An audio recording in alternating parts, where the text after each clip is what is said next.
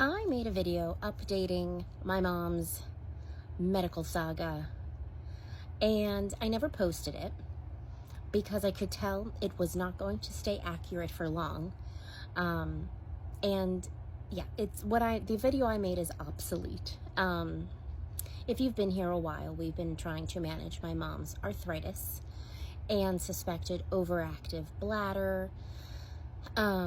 And we were struggling with her old primary, and we got a new primary, and then there were canceled appointments, and then that new primary, who we really liked not having a call center, got a call center within like a month of us joining their practice. There's just been a lot going on that we've been trying to manage. And another one of the things was her frequent wake-ups in the night. After her UTI and bladder crystals last summer, she began waking almost every hour, sometimes 40 minutes. And it wasn't a problem until her arthritis flare-up because of the pain. And you add that into MS, it's a recipe for safety disaster. And it's not the sensation of needing to go to the bathroom that's waking her. She's just automatically waking 40 minutes to an hour. She lies there, and then this overwhelming urge to go onto her bedside commode to try to go to the bathroom happens. She may not feel the urge, but she feels that she should try. And sometimes she does go, and other times she doesn't go. So we just needed to get a lot of things figured out. Because since February, with her flare-up and her constant night wakings, my husband and I we were starting to take shifts, like hours-long shifts, and that wasn't working for us to be safe with the lack of sleep. So we got these like medical pagers. This is the side that beeps that I hear when she presses a button, so that in the night we get up to go supervise her, because sometimes she doesn't need help. It's just there to supervise her for, peace of mind. But that's a lot. It's exhausting for her. It's hard on her knee. It's hard on her MS. It is hard on my husband and I, but I mean, you do what you gotta do. So 2 weeks ago, she went to her new primary. I did not go. My husband takes her. My kids will go. It's a dynamic that works. I can bring stress to my mom at these appointments, and I don't want to do that. So, but I used to take her, and then we found my husband, when he entered my life, was the better fit for these situations. But anyway, brought in our laundry list of concerns, and he is a old school doctor. He's in his late 70s, which I didn't know. He's very laid back, which is total opposite of my mom's previous doctor, who was loving to order medical tests because it was within their practice and they got more money. They loved to prescribe medications, but they also loved not doing things if they felt they would be at risk legally. So this new doctor said, hey, keep taking the ibuprofen for your knee. Your blood work is fine. I don't think there's going to be any problems. Our case manager, who's a former nurse, suggested an arthritis medication we're going to bring up. But he said arthritis medication is for general overall aches and pains of arthritis, and not for like specific areas like an elbow, a shoulder, a knee. Arthritis medications don't zone in on an area, and I have no idea how accurate that is. So if you know, let me know if that's accurate. And when we brought up the suspected overactive bladder, he said he doesn't think it is that. He thinks it's merely a sleeping problem with the night wakings.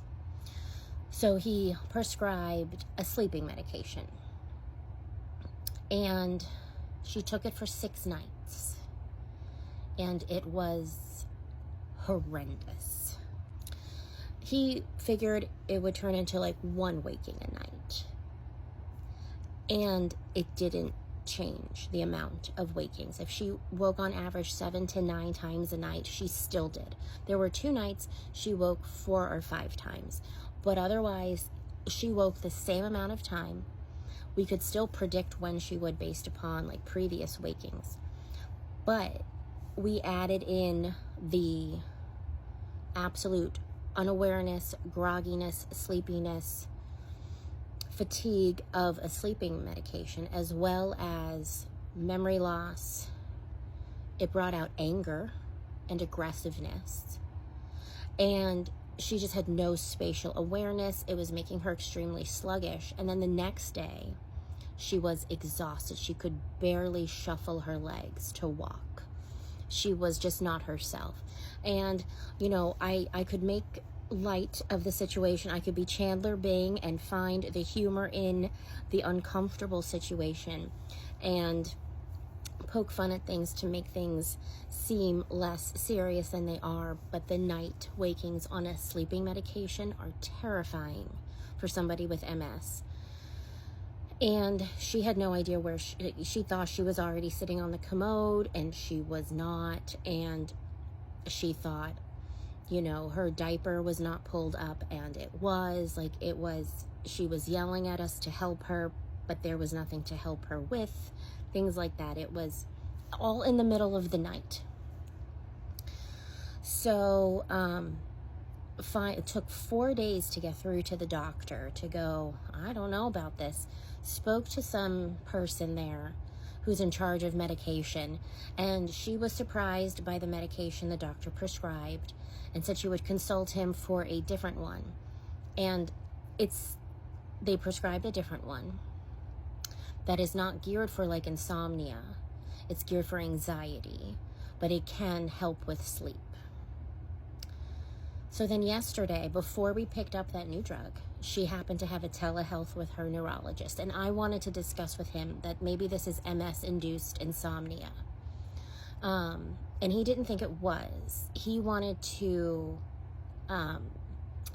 make sure she doesn't still have a UTI, because the new primary didn't see a need to test for anything because she wasn't exhibiting symptoms, but you don't always do sometimes. And the neurologist wants a sleep test for sleep apnea. He can't refer or anything. It has to come from her primary, these referrals. And he also wants to address further the arthritis in her knee in case that's causing the wake-ups. I don't think it is, because she's not in pain, knock on wood, lying down. But instead of just trying to conk her out, the neurologist wants to address what's causing the wake-ups, and he is just 100% against sleeping medications, but even another 100% against it for someone who is elderly with MS, who uses a walker. He's just like, that just poses too much of a safety risk along with the dependency and everything. So he said no more sleeping meds. He wants to go the natural route until we figure out what's going on, like melatonin, magnesium, and tryptophan. He would prefer like a non-dependent forming medication like gabapentin. Excuse me. But we have to make a new appointment with the primary, because this is just too much to call and place a call in for. This is another hash out of addressing the situation. And I hope this primary works out and is on board with what we need to have happen, because it's been a struggle.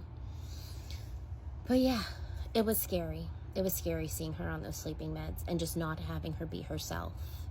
And even after one night, last night she only woke 4 times.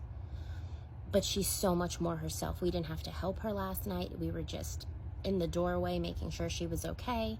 And this afternoon, she has just been herself. And that is so much of a relief. So yeah. The life of a caregiver. You just do what you gotta do. But I thought I would give that update. All right. I hope everyone's doing okay. And I'll talk to you later. Bye.